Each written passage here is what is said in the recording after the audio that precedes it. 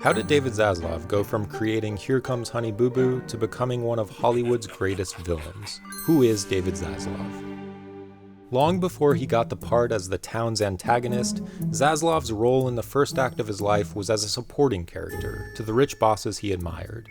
After graduating from Boston University's School of Law in 1985, he went to work for a New York firm and then took up a gig as a junior lawyer for a CNBC predecessor. Zaslav started forming cushy relationships with leadership by showing the brass he was willing to stay the night at the office.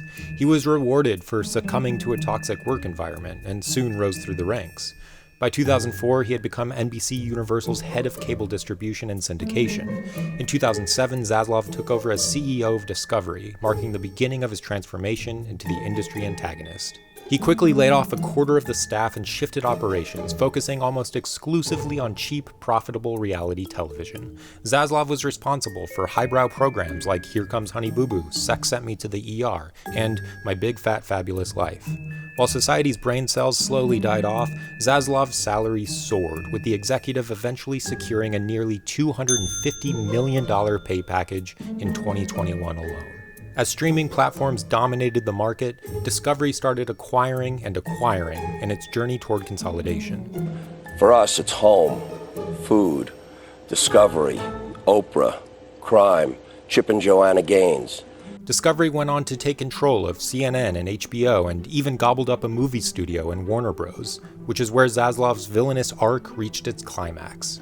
In his new role as a heavy-hitting studio exec, Zaslav oversaw a series of layoffs while raking in millions personally, positioning himself at the upper echelon of overpaid media CEOs. Some reports suggested that he killed the much-anticipated and nearly finished Batgirl movie to take advantage of tax credits.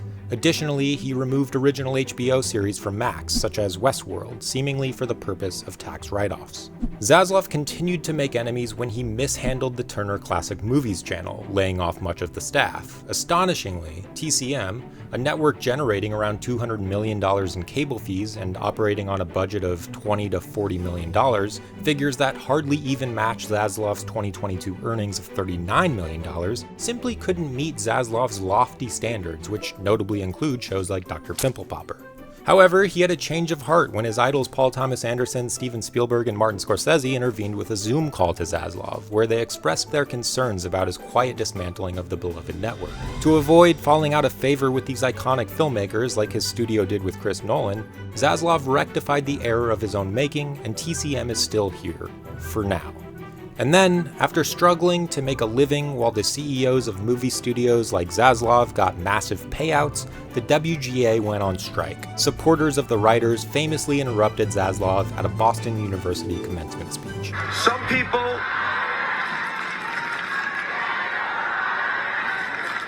In the midst of the strike, Zaslav hosted a really cool party at the Cannes Film Festival. At the party celebrating Warner Bros., Zaslav posed with a bottle of Dom Perignon, while the writers of the shows on his platforms responsible for creating the content that lines his pockets struggled to make ends meet. The spotlight that was centered on Zaslav has now faded, as the WGA and SAG came to an agreement with the studios. He has his writers and actors back, and they can begin pre-production on movies and shows that hopefully won't get canned for tax write-offs. Zaslav will now move into his second act at Warner Bros. Discovery. But in Hollywood, the second act is when things become even more turbulent. Only time will tell if Zaslav can master a twist in his antagonistic story and come out as the protagonist.